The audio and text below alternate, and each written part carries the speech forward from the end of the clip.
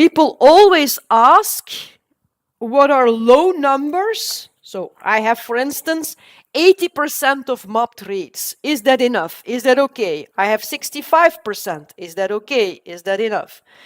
So that's a question that is very hard to answer because it depends on so many things. Yeah? So it depends on how good you have done the cleaning, the Trim-O-Matic.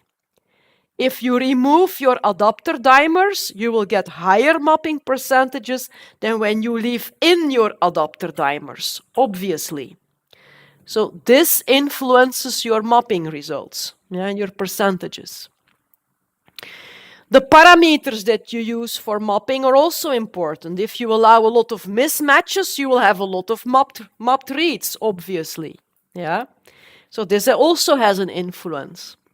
And then the biology itself also has a big impact on your mapping results. Small genome like E. coli, you get a lot of mapped reads. The bigger the genome, the higher the chance on multi-mappers. Cancer cell lines. Yeah? The genome in cancer cell lines is very different from the reference genome. Yeah? So here you also get a lot of reads that are hard to map, simply because they come from a genome that is different from the reference genome. So in cancer cell lines, having 40% of mapped reads is normal. So it's very hard to put numbers on this or thresholds on this, but let's say that you did your best to clean your data and to use good, stringent mapping parameters, then you should have at least 70% of mapped reads and at least 60% of unique mappers. So what if you don't get good mapping results? So when that happens, of course, as I said before, the first thing you do is you go back to your FastQC report and you see if there's anything that can explain your results. Very often, if the mapping is bad, you can also see that in the FastQC report. The next thing you do, if you can't find anything in the FastQC report or nothing clear in the FastQC report, is come back here,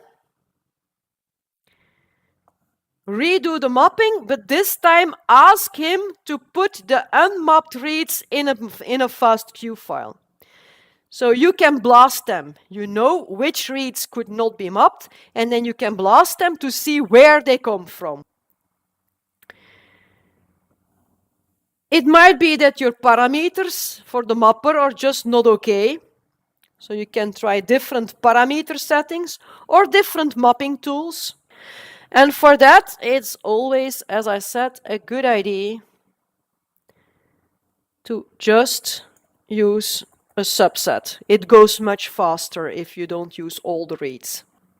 And for paired end data, I have seen many times that when the paired end data gives bad mapping results, you should always try to take one of the two files from a pair and map this one solo as if it is single end data and check if it gives better mapping results. If it does, then it's related to this Trim-O-Matic parameter, yeah? And it means that your two FastQ files that form a pair are no longer in sync.